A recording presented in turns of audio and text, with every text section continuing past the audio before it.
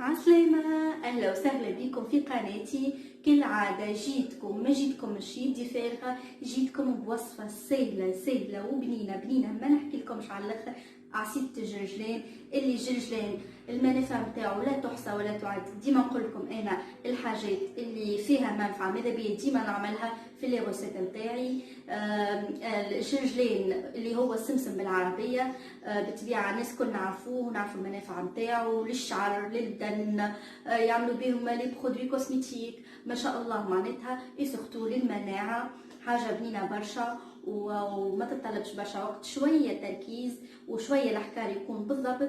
دونك تجيكم روسيت ياسر بنينه وان شاء الله يا ربي تعجبكم وتبعوني صدقوني. شو نقول لكم معناتها العصيده جاتني سوبل، وانا مش اول مره على فكره نعملها، بس لسه نعملها بالحليب. الحليب يخفف الجرجلين شويه، اللي ما يحبش العصيده تكون قويه. الماء يجي يخلي الجون تاع الجرجلين صحيح من غير ما يغمها، وتبدا العصيده تجيك سوبل برشا كي تبع الغوسيت اللي انا حكيتها لكم بار ديتاي في صندوق الوصف. ابقوا معايا ما تبعدوش بعيد وتبعوني، وان شاء الله يا ربي الوصفه تنال رضاكم. وكالعاده زر الاشتراك والاعجاب والتعليق نتاعكم تهمني برشا، وجربوا لي غوسيت صدقوني تنجح لكم. ديجا انا عملتها بار ديتاي معناتها ما خليتكمش تغفلوا على حتى شيء كيما عملتها بالضبط. ان شاء الله يا ربي تعجبكم. ما نحبش نطول عليكم برشا، نمشيو مع بعضنا نشوفوا المقادير وطريقه التحضير. هوني عنا الجرجلين قبل بليلة انا سبقلي ونظفته، ومن بعد خليته يشيح شوية نهار ليلة كاملة بريسك، ومن غدوة عرشته كما قاعدين نشوفوا. باش نشوفوا توا كيفاش باش نرحيوه. كما قاعدين تشوفوا انا سبقلي ورحيت كونتيتي، قعد جست شويه باش نوريكم كيفاش اللون نتاع الجرجلين كيفاش يبدا. ما يجيش احمر برشا وما يجيش فاتح، يلزمكم تعرجوه نص نص، ما يلزموش غامق برشا. زاد العصيده تجيكم ياسر غامقه ومنظرها يولي ياسر مش حلو. كما قاعدين تشوفوا الجرجلين قر الزيت نتاعو. وهوني عنا الكمية بالضبط 200 جرام جرجلين، لا زايد ولا ناقص. وعنا عليهم 100 جرام فرينة. كما قاعدين تشوفوا انا راهو موزون. 100 جرام فرينة يجيو 6 ولا 5 مغارف فرينة. وعنا الحليب نستلي اللي انا سبق لي وحضرته في فيديو، تنحطوا لكم اللين نتاعو في صندوق الوصف. وعنا السكر حسب الذوق. عنا هوني 650 مليلتر ماء كما تنجموا تعوضوه بالحليب. وتوا باش نحطوا كمية الماء ونحطوا عليهم كمية الجرجلين ونحطوا عليهم الفرينة، نخلطوهم وباش نخليهم يرتاحوا على الأقل 100 سامحوني، باش يرتاحوا على الأقل ساعة ونص وإلا ساعتين، قد ما تحبوا قد ما تخليوه يرتاح الجرجلين. كيما لعصيدة الزقوق بالضبط، راهو كيما الزقوق تخليوها يرتاح كيما الجرجلين يسيب لي في نتاعو، يعني الزيت نتاعو يتسيب والقوم نتاعو يتسيب فك الماء كي يتنفخ بالكدا. راهو تنجم تعملها بالموليناكس، لكن انا نحبذ الطريقه هذه اليدويه اللي من قبل احنا نخدموا كيما الزقوق ونخدموه معناتها نفخوه في الماء ويقعد قداش من ساعه باش يسيب القوم نتاعو. دونك الجرجلين نعملوه بنفس الطريقه. بينا نحركوا الخليط نتاعنا بالباهي، ما نخليوش هكا الجرجلين عامل كعابر، ما نخليوش هكا ترى يرتاح وهو مازال ما تحلش بالكدا. نحلوه بالكدا. نجموا من غير الركاده نستعملوا المغرفه العاديه، ننزلوا في الجناب نتاع البول نتاعنا كيما قاعدين تشوفوا. وتوا هاك متراو كيفاش ما شاء الله، يعني الجرجلين عطالي فيه نتاعو. غطيناه لمده ساعتين خليناه يرتاح، وتوا نصفيوه وبعد نمشيو ان شاء الله نطيبوه. لازمكم تصفيوه بالباهي ما تخليوش الحليب ولا الزيت نتاع الجرجلين يبدا لاصق في الصفايه. حتى كان تحسوه لصق برشا عندكم كونتيتي هكايا لصقت، خاطر الركاده راهي ماهيش باش تخلي لك الجرجلين مرحي على الاخر، لازم باش تخلي لك عبيد الجرجلين ما همش مرحين. دونك لازم الصفايه وتنجموا تصبوا شويه ماء هكا على جنابي، تشوفوا انتم الصفيه نتاعكم اللي هي ما عادش فيها الحليب نتاع الجرجلين. تمشيو تطيبوا العصيدة متاعكم وتطلع عصيدة تهبل. بالحق ما شاء الله عصيدة هبال متاع الجرجلين.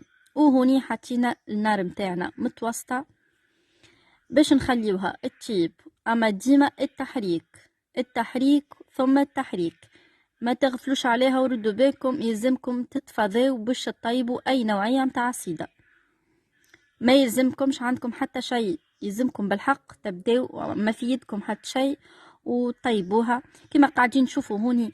ذقتها انا باش نشوفها على السكر خاطر سبق لي وحطيتها حطيت لها السكر وحطيت لها السكر الحليب المكثف، ما شاء الله كما قاعدين تشوفوا سوبل وماهيش مكعبره ما شاء الله، بالحق جايتني تهبل باش نعبيوها توا كما قاعدين تشوفوا ما شاء الله. عملت لي كميه كبيره اللي هما 10 كيسين عصيده، بالحق 200 جرام 200 جرام جرجلين، وجرجلين ماهوش غالي برشا بصراحة، فيه منافع وهو ماهوش غالي برشا بارابور عصيدة الزقوق بارابور أنواع الفواكه الكل.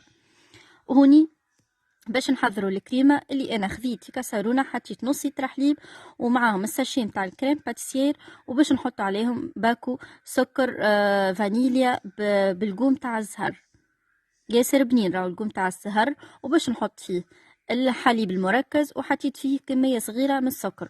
راهو السكر ديما ما نحبش نعطيكم كونتيتي بالضبط خاطر نتوما تنجموا تذوقوا، نجم نقول لكم انا 5 مغارف سكر وانتم ما تحبوهيش هكاك، ما تحبوهيش حلوه دونك ما يساعدكمش. ومن بعد باش نحطوا الكريمه نتاعنا كيما قاعدين تشوفوا ما شاء الله. توا الفاكهه ما حبيتش هكا نطول عليكم في الفيديو، حبيت نوريكم ايتاب بار ايتاب شنو عملت بالضبط، ما نطولش عليكم باش ما تقلقوش ما تقولوش خوله طولت علينا.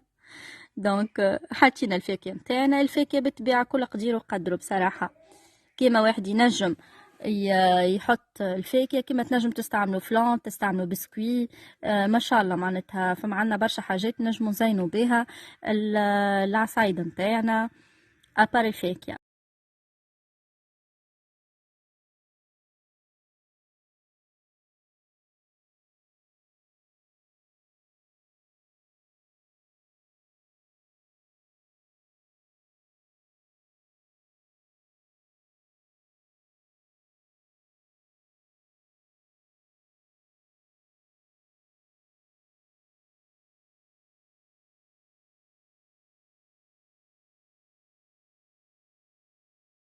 وتوا العصيدة متاعنا حضرت ما شاء الله، ما نحكي لكمش على الريحة فوحة الدار كلها، ريحة الجرجلين ريحة الفاكهة اللي حطيتها من فوق.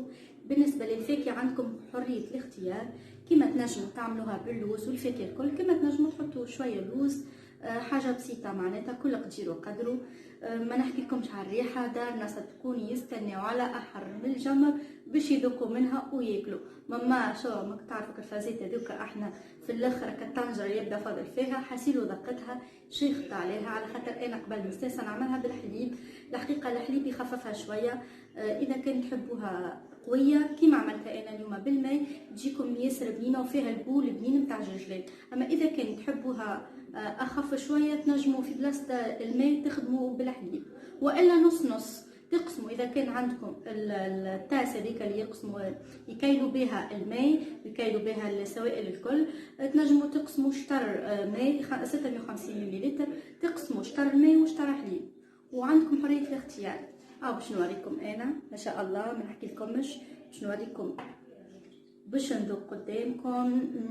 انا نحب البيستاش، باش نوريكم الكولور نتاعها راهو مش كيما في الاضاءه كيما منكلاها ياسر لونها مزيان ومام ما شاء الله ما نحكي لكمش طابت بالكدا وجاتني سوبل على الاخر. باش نذوقها قدامكم شفتوا كيما قاعدين تشوفوا ما شاء الله سوبل.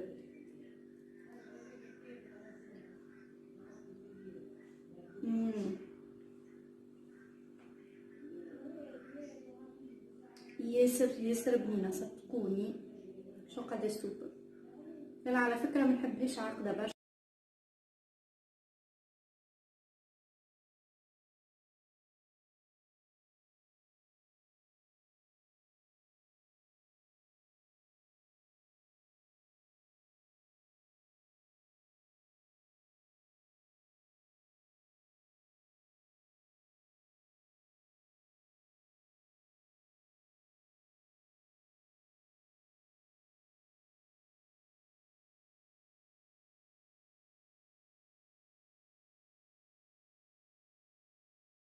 وما تنساوش باش تضغطوا على زر الاشتراك باش يوصلكم الجديد الكل اللي عندي ان شاء الله في القريب. وما تنساوش باش تضغطوا على زر الاشتراك باش يوصلكم كل حاجه جديده نهبطها، اي فيديو نهبطه جديد يوصل لكم. وان شاء الله يا ربي الوصفه هذه تنال رضاكم واعجابكم وجربوها صدقوني. اعطيتكم بالديتاي وعطيتكم بالتفصيل، معناتها حاجه روعه.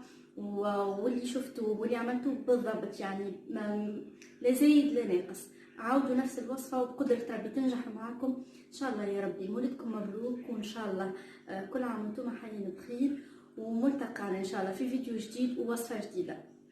باي باي.